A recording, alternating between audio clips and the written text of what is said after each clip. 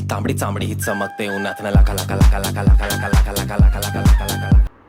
नमस्कार मंडळी, परत एकदा तुमच्या सगळ्यांचं स्वागत करतो गौरव घाडगे म्हणजे जी ब्लॉग्स चॅनलमध्ये. मला माहिती आहे व्हिडिओची कन्सिस्टन्सी तेवढी नाही, रोज व्हिडिओज पडत नाहीत, पण काय करणार, हे जॉब आणि एडिटिंग एवढं काय आपण प्रोफेशनल नाही, त्याच्यामुळे जमत नाही हो टाईम टू टाईम हे करायला. आणि त्यात कधी कधी आपला पार्टनर अवेलेबल नसतो, त्याच्यामुळे व्हिडिओ पण काढायला कोण नसतं. चला जाऊ द्याल. तर तुम्ही बघू शकता आज होता आपला चेस्ट डे आणि चेस्टसोबत आपण ट्रेन केले शोल्डर्स. सो चेस्टचा वर्कआउट सुरू केला वॉर्मअपनी आणि त्याच्यानंतर हे आपण केले इन्क्लाइन चेस्ट प्रेस. ह्याच्यामध्ये ना आपण 3 व्हेरिएशन्स केले, flat chest press, incline chest press आणि देन डाऊन साईड, ज्याला काय म्हणतात मला स्वतःला माहिती नाही, पण ठीक आहे डंबलनी केलं आम्ही. ते आता सरांना विचारायला लागेल मला त्या एक्सरसाइजला काय म्हणतात. चांगले प्रत्येक ह्याचे रेपिटेशन चांगले खेचले. तुम्ही पण जिमला जात असाल ना तर स्वतःच्या कन्सिस्टन्सीकडे लक्ष द्या. माझी तर कळशी एवढीच काय चांगली नाही, पण तुम्ही तरी नक्कीच लक्ष द्या. ह्याला काय म्हणतात एक्सरसाइजला आपल्याला माहीत नाही बाबा, तुम्ही सांगा कमेंटमध्ये काय म्हणतात. हे डिक्लाइन डंबल प्रेस असं काहीतरी नाव असायला पाहिजे याचं, एवढं मला पण शुअर नाही. पण आज चेस्टचा वर्कआउट घेताना सरांनी पूर्ण वाट लावलेली होती, तुम्ही बघू शकता. असं आहे ना, छाती एकदम पंप झालेली होती आजच्या वर्कआउटमध्ये. भारी वाटत होतं, पण ॲट अ सेम टाईम एनर्जीचं पूर्ण लागलेले होते. आता हे एक फ्लाय मशीन आहे, हे काय आपल्याला नीट मारताच येत नाही. प्रत्येक वेळेस माझा हात फोल्ड होतो, प्रत्येक वेळेस सर समजवतात हात स्ट्रेट ठेव. काय जरासं वजन वाढलं की हातामध्ये ताकदच कमी आहे म्हणता येईल.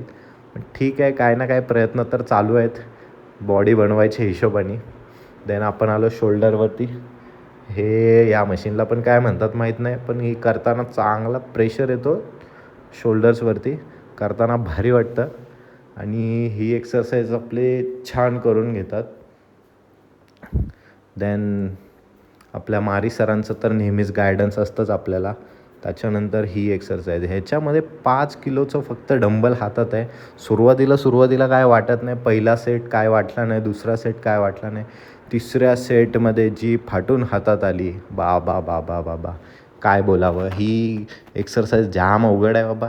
पण ह्याच्यानंतर जो शोल्डरमध्ये पंप येतो तो वा रे वा. तर असंच आपलं आहे ना, मारी सरांचा गायडन्स आपल्याला प्रत्येक वेळेस भेटत असतं. ते नेहमी आपला फॉर्म बरोबर करायच्या दृष्टीने त्यांचं नेहमी लक्ष वगैरे असतं. तर ही पण शोल्डरचीच एक्सरसाइज आहेत. एक्सरसाइजची नावच मला माहिती नाहीत, फक्त करतो आहे आपण, नावं माहीत नाहीत. ह्याच्यामध्ये फक्त काय ट्रेन होतं ते माहीत आहे बाबा, बॅक साईडचे जे शोल्डर आहे तो ट्रेन केला जातो. मारी सरांनाच विचारलं पाहिजे प्रत्येक वेळेस पुढच्या टायमिंगला की काय नावं आहेत बाबा ह्या एक्सरसाइजची. तर असा होता आपला शोल्डर डे. तर इकडे आपण लागलो जरा फ्लेक्स करायला. चेस्ट आणि शोल्डर आज चांगला पंप झालेला होता. सौरभ शेठ आले. सौरभ शेठ म्हटले शेठ मला पण घ्या व्हिडिओमध्ये. तर त्यांना व्हिडिओमध्ये घ्यायचा प्रयत्न करत होतो. शेठला काय समजतच नव्हतं. त्याला म्हटलं बाजूला थांब आणि फ्लेक्स कर. आईला काय पंप दिसतंय. पण चांगले सौरभ शेठची पण चांगली बॉडी बनते. तर असा होता गाईज आमचा day 5 of chest and shoulder.